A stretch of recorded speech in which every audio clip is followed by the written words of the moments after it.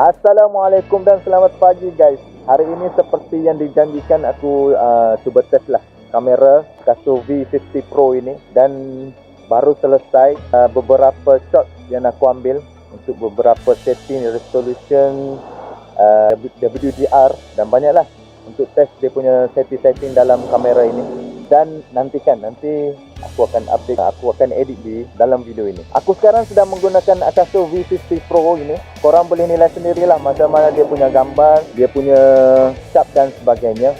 Bagi aku, kalau nak dibandingkan dengan GoPro memang tidak boleh lah, harga pun jauh berbeza. Tapi untuk action kamera, dalam taraf action kamera untuk budget kamera dan untuk mula-mula, bagi pemula untuk try buat video dan sebagainya, sangat ideal dan sangat terbaik lah, sangat terbaik untuk kita gunakan sesuai.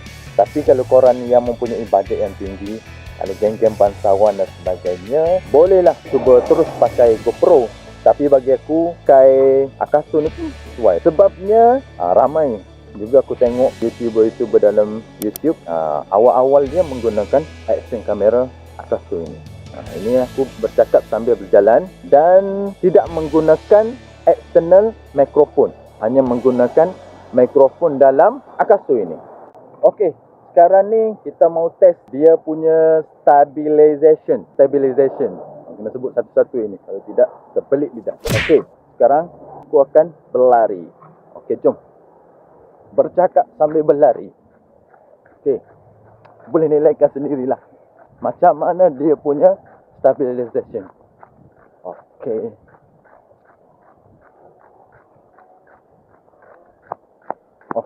Okey, sekarang ini kita test untuk yang kita kasih off dia punya stabilization. Okey, kita tengok. Kita bersembang sambil bercakap. Panas-panas macam ni pun aku sanggup buat video guys untuk korang semua. Aduh.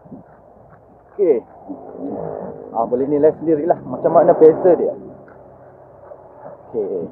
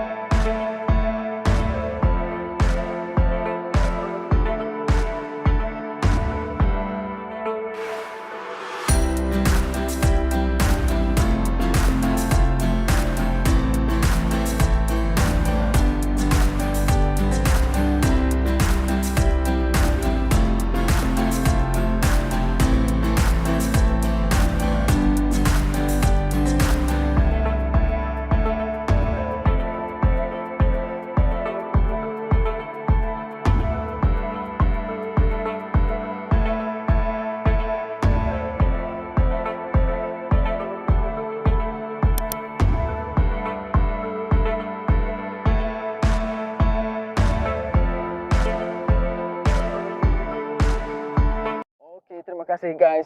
Aku rasa setakat ini saja dulu untuk video pada hari ini. Dan aku mengucapkan ribuan terima kasih kepada mereka-mereka yang sudi subscribe, sudi like, sudi share, sudi bagi support kepada channel aku ini yang baru-baru mula untuk belajar-belajar untuk edit video dan sebagainya.